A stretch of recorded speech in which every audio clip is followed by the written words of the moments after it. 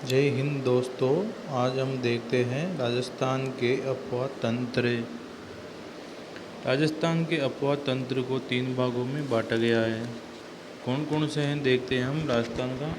आज अफवाह तंत्र देखते हैं। राजस्थान के अफवाह तंत्र को 3 भागों में बांटा गया है।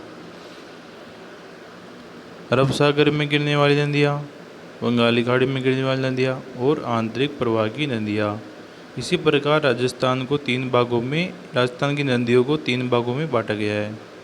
हम देखते हैं अब धरातल पर किसी एक ही दिशा में जल का बहाव अपवाह तंत्र कहलाता है। अपवाह तंत्र कैसे कहते हैं? जैसे कोई ऊपर पहाड़ हो और उसके नीचे नदी उतर के आती हो तो उस कुछ क्षेत्र को अपवाह तंत्र कहा जाता है। महान जल विभाजन रेखा अरावली पर्वतमाला राज्य के नदियों का स्पष्ट रूप से 2 भागों में विभाजित करती है। अरावली के पूर्व में बहने वाली नदियाँ अपना जल बंगाल की खाड़ी में और अरावली के पश्चिम में बहने वाली नदियाँ अपना जल अरब सागर में गिराती है।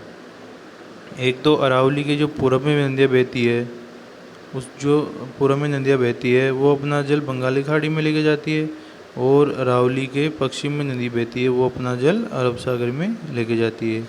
ऐसे समझो दोस्तों कि अरावली राजस्थान के अंदर ऐसे इस दिशा में स्थित है।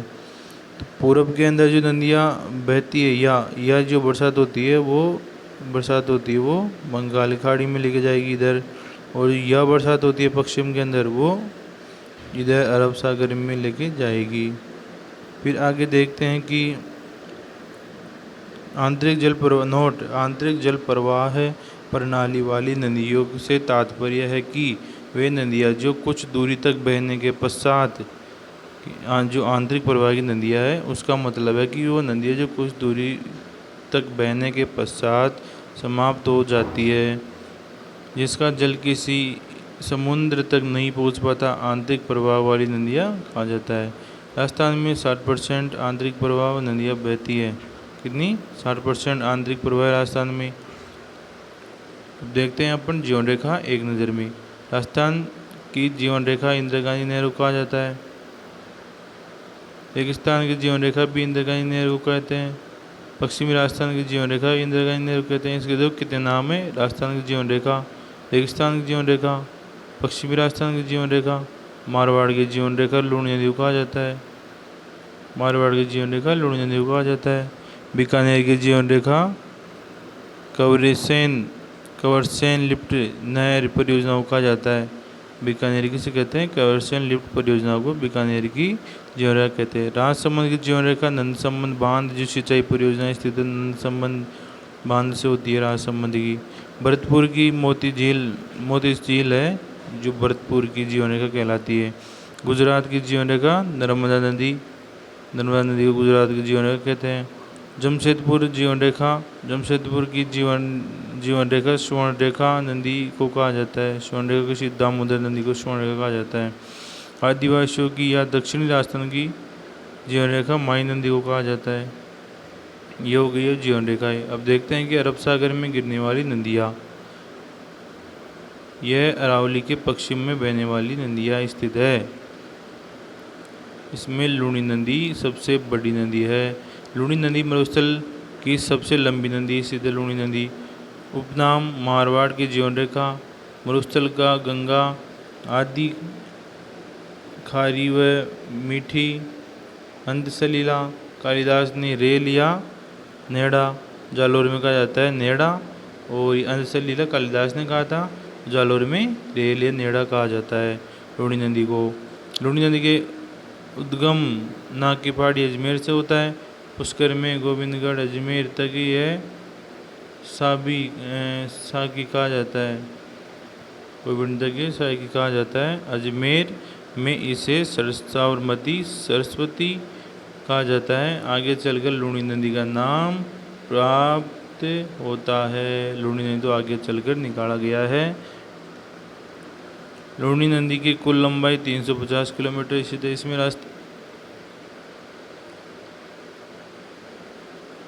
राजस्थान में इसकी लंबाई 330 किलोमीटर स्थित है। नोट: लूणी नदी का अपवाह तंत्र राज्य के कुल अपवाह तंत्र का 10.41% स्थित है। लूणी नदी बनास, लूणी, चंबल, बनास राजस्थान की नदियाँ है जो 6 जिलों में बहती है। कौन कौन सी? चंबल, लूणी और बनास 3 नदियाँ स्थित है जो राजस्थान के 6 जिलों में बहती है। लूणी नदी का अपवाद तंत्र राज्य के अजमेर, नागौर, जालोर, जोधपुर, बाड़मेर में बहती है और बालोतरा, बाड़मेर से लूणी नदी का जल खारा हो जाता है। ये कारण काली नदी को आदि मीठी नदी भी कहते हैं। काली नदी को आदि मीठी नदी भी कहा जाता है।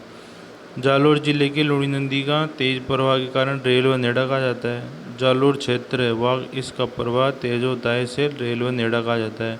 हल्दी घाटी के युद्ध की योजना अकबर ने इसी नदी के तट पर बनाई थी। लूणी नदी के प्रमुख सहायक नदियाँ इस प्रकार है। कौन कौन सी नदियाँ हैं? जोजड़ी, सागी, सुगड़ी, बांडी, लीलड़ी, सगाई, जवाई, गुहिया, मीटड़ी आदि। लूणी नदी के बनास ऐसी नदी है जो रावली पर्वतमाला के मध्य से विभाजित करती है। आगे देखते हैं माई नदी। माई नदी का उद्गम स्थल विंध्याचल पर्वतमाला व मध्य प्रदेश के धार जिले से सरदारपुर गांव अजमेर की पहाड़ियों से मेमन झील से होता है। माई नदी का कुल लंबाई मध्य प्रदेश, राजस्थान से गुजरात से 576 किलोमीटर और राजस्थान की इस नदी की लंबाई 171 किलोमीटर। राजस्थान में उपनाम कहाँ है इसको? इसका उपनाम कहते हैं दक्षिण की गंगा, काठल की गंगा, बागड़ की गंगा, आदिवासियों की गंगा और दक्षिणी राजस्थान की जीवन रेखा या स्वर्ण रेखा। आदिवासियों का जीवन रेखा स्वर्ण रेखा कहा जाता है।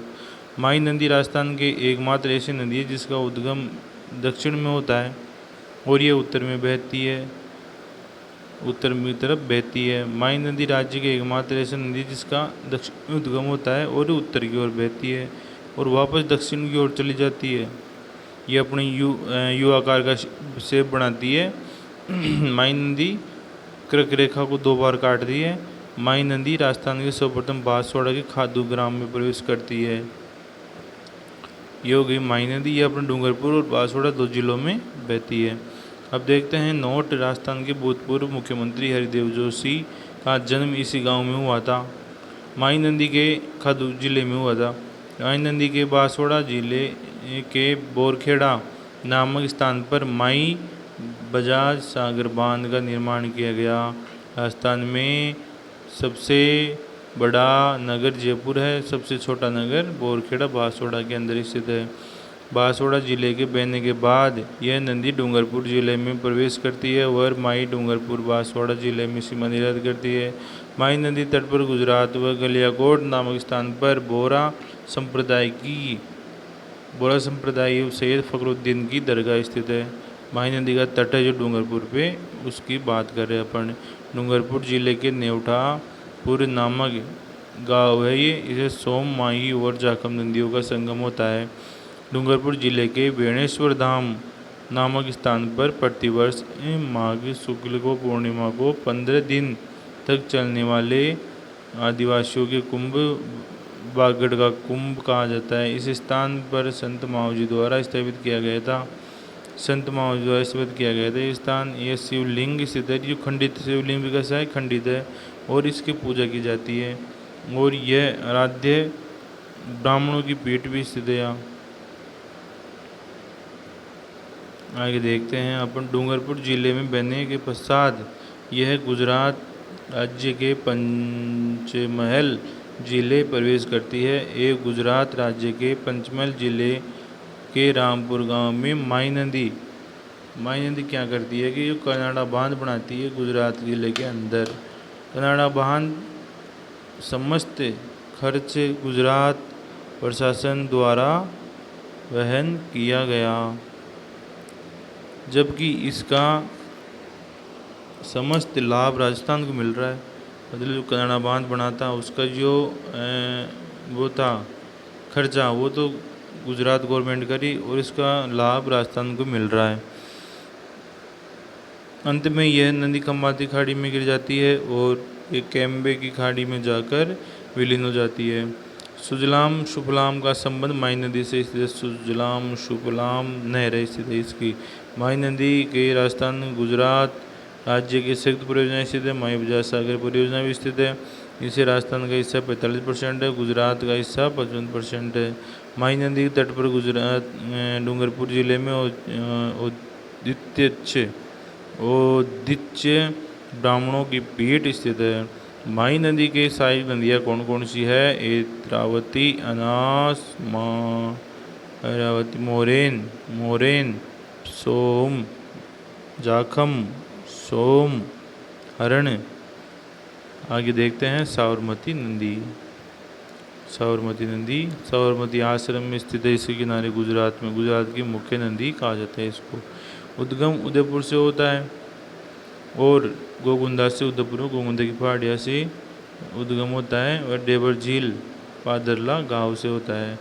साबरमती की कुल लंबाई 416 किलोमीटर है। यह नदी राजस्थान के 45 किलोमीटर व गुजरात में 371 किलोमीटर बहती है। यह राजस्थान का एकमात्र ऐसी नदी है जिसका उद्गम राजस्थान से होता है। वह लोगों के आगे चलकर गुजरात राज्य की प्रमुख नदी बन जाती है। गुजरात राज्य की गांधीनगर शहर साबरमती उद्गम नदी आश्रम के किनारे स्थित है। साबरमती नदी का जल उदयपुर में झीलों के डालने के कारण देवास जल सुरंग में निर्माण करती है। वह लंबी सुरंग का निर्माण कार्य हाल ही में अगस्त 2011 में पूरा हो गया। अंत में सुरंग की कुल लंबाई 111.5 किलोमीटर स्थित है। वाकल नदी इस नदी के उद्गम उदयपुर जिले के गोगुंदा की पहाड़ियों से गोरा गांव के पहाड़ियों की होता है।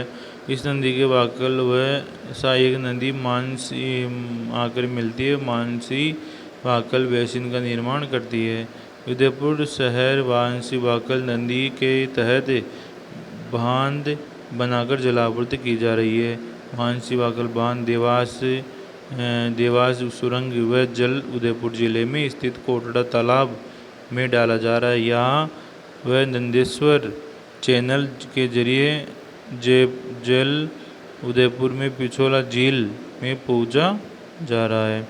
सई नदी का उद्गम उदयपुर में गोगुंदा क्षेत्र में पादरला गांव में होता है। सई नदी का इस नदी के सही परियोजना के सुरंग और निर्माण किया जा रहा है। इसे जल पाली जिले के स्थित जोई बांध में पहुंच जाता है। पाली जिले के जोई बांध में मारवाड़ का अमृत सरोवर कहा जाता है। वह बांध पश्चिमी राजस्थान का सबसे बड़ा बांध स्थित है जो जोई नदी के निर्मित होता है। यह बांध पाली जिले के सुमेरपुर कस्बे में स्थित है। सोम नदी बिछामेड़ा की पहाड़ियाँ उदयपुर से निकलती है। यह सोम नदी और उदयपुर में कहाँ से निकलती है? बाबल पहाड़ा के जंगलों से बिछामेड़ा की पहाड़ियों से निकलती है। शिवदेव से निकलती है। इस नदी के उदयपुर जिले में कोटड़ा तहसील के में बहती हुई डूंगरपुर जिले में स्थित वेणेश्वर नामक स्थान पर नेवटापुरम माई जागम सोम त्रिवेणी संगम बनाती है।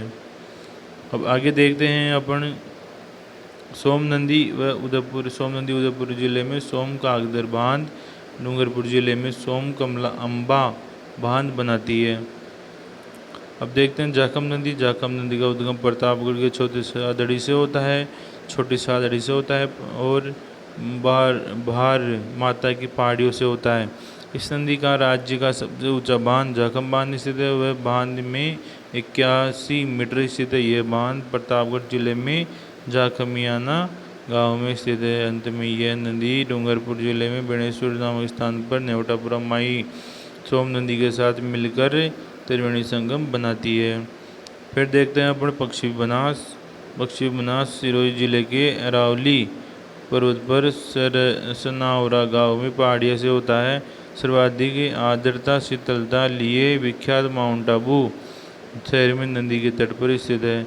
इस नदी के गुजरात राज्य के दौसा शहर बसा हुआ है पश्चिम बनास पे। फिर देखते हैं अपने बंगाल की खाड़ी और जाने वाली नदियाँ। चंबल नदी राजस्थान में एकमात्र नदी है जो प्राकृतिक अंतर्राष्ट्रीय सीमा का निर्धारण करती है। अंतर्राज्य। इस नदी को चरमबती, कामधेनु, बारहमासी, नित्यवाहिनी आदि उपनामों से जाना जाता है। इस नदी की कुल लंबाई 966 किलोमीटर है। ये नदी मध्य प्रदेश, राजस्थान, उत्तर प्रदेश 3 राज्यों में बहती है। यह नदी मध्य प्रदेश में 335 किलोमीटर, राजस्थान में 135 किलोमीटर और उत्तर प्रदेश में 275 किलोमीटर बहती है। यह नदी राजस्थान, मध्य प्रदेश, उत्तर प्रदेश में 241 किलोमीटर अंतर्राज्यीय सीमा का निर्माण करती है नदी। इस नदी का उद्गम मध्य प्रदेश में इंदौर जिले के क्षेत्र में विंध्याचल पर्वत से होता है। 616 मीटर ऊंची जनाभाव की पहाड़ियों से होता है। जनाभाव पहाड़ियों से होता है। मध्य प्रदेश के मधुर जिले में स्थित मानपुरा की पहाड़ों से स्थित इसे नदी का सबसे बड़ा बांध बना हुआ है, गांधी सागर बांध बना हुआ है। यह नदी राजस्थान के सर्वप्रथम चित्तौड़गढ़ जिले में प्रवेश करती है। 84गढ़ नामक स्थान से प्रवेश करती है जिले नदी और बेरोसगढ़ के समीप चंबल के सहायक ब्राह्मणी में आकर मिलती है। इस नदी राजस्थान में सबसे ऊंचा बांध चूलिया जलप्रपात बना हुआ है, जिसकी ऊंचाई 18 मीटर स्थित है। चंबल नदी के चित्तौड़गढ़ जिले में रावत बाठा नामक स्थान पर रावत प्रताप सागर बांध बना हुआ है। इसे भराव की दृष्टि से राजस्थान का सबसे बड़ा बांध स्थित है। 113 वर्ग किलोमीटर की समुदाय फैला हुआ है और चंबल नदी चित्तौड़ जिले के बहने के उपरांत नदी कोटा में प्रवेश करती है। कोटा जिले में इस नदी का जवाहर सागर बांध व कोटा साग बना हुआ स्थित है। अब देखते हैं कि चंबल नदी पर क्या क्या प्रयोजन है। चंबल नदी के निर्मित कोटा बैराज बांध जल विद्युत उत्पादन के लिए नहीं होता है। कोटा जिले में नोरा नामक स्थान पर काली सिंध नदी चंबल में आकर मिलती है और यह प्राचीन काल में कपिल मुनि की तपस्या की स्थली थी।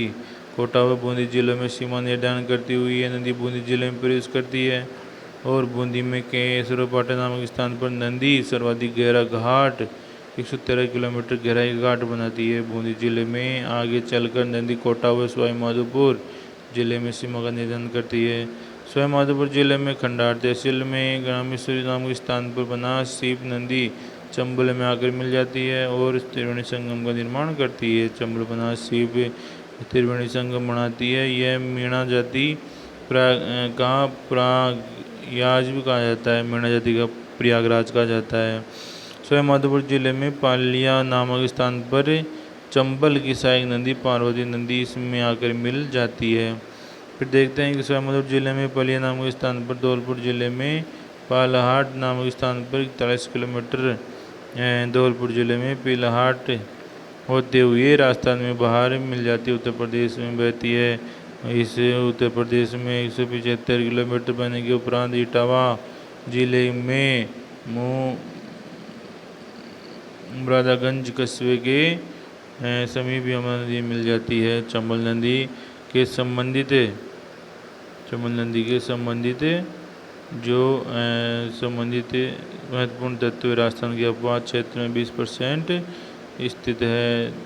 भाग नदी स्थित है। गांगे सूस नामक स्तनधारी जन प्राणी विशेष इस नदी में पाया जाता है। चंबल यूनेस्को में विश्व धरोहर के लिए नामित राज्य की एकमात्र नदी स्थित है।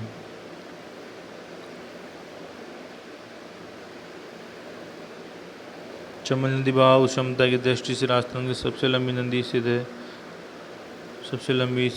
है। सर्वाधिक सतही जल वाली उपलब्ध नदी है। सपाट सपारी नदी भी कहा जाता है। अवनाली का अपरदन भी इसमें होता है, चंबल नदी के द्वारा होता है। और यह चंबल नदी अपातंत्र चित्तौड़, कोटा, बूंदी, सवाईमाधोपुर, करौली व धौलपुर में बहती है और यह चंबल सर्वाधिक अवनाली का अपरदन होता है इसमें। यह नदी चंबल नदी एकमात्र ऐसी नदी है जिस पर प्रत्येक 100 किलोमीटर दूरी पर 3 बड़े बांध बने हुए हैं। चंबल नदी निर्मित सबसे बड़ा बांध मध्य प्रदेश राज्य में मंदसौर जिले में गांधी सागर बांध स्थित है और कोटा बैराज ऐसा बांध जिसका जल विद्युत उत्पादन नहीं होता है। चंबल नदी मध्य प्रदेश, राजस्थान, उत्तर प्रदेश में बहने के बाद घड़ियाल सर्वाधिक पाए जाते हैं। चंबल नदी के कारण घड़ियालों का प्रजनन स्थल कहा जाता है। मध्य प्रदेश, उत्तर प्रदेश व यूपी, एमपी, मध्य प्रदेश की संयुक्त परियोजना स्थित है और सेंचुरी अभ्यारण्य भी घोषित किया गया है इसको। और फिर ये राष्ट्रीय चंबल घड़ियाल अभ्यारण्य क्षेत्र में बढ़ती हुई है। अभ्यारण्य को जो क्षेत्रफल है वो 5400 किलोमीटर स्थित है। जय हिंद दोस्तों, हमारे चैनल को सब्सक्राइब करें। और मैं कह रहा हूँ इनमें से क्वेश्चन ऐसे कैसे आए, ये थ्योरी है और मैं आपके लिए लेटेस्ट लेके आऊँगा जल्दी से जल्द PDF वगैरह। और आप इंस्टाग्राम गीता राज परिवार में आप इंस्टाग्राम पर ये PDF प्राप्त कर सकते हैं। आगे देखते हैं बनास नदी। इस नदी का उद्गम राजसमंद जिले के खमनोर की पहाड़ियों से होता है। पूर्णतः बहने के आधार पर राजस्थान में सबसे लंबी नदी स्थित है बनास।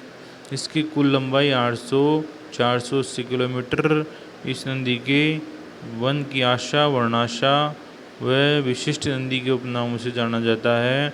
इस नदी का प्रवाह क्षेत्र राजस्थान में 6 जिलों में बहता है, क्रमशः राजस्थान, राजसमंद, चित्तौड़गढ़, भीलवाड़ा और अजमेर, टोंक, सवाई माधोपुर, धौलपुर जिलों में बहती है।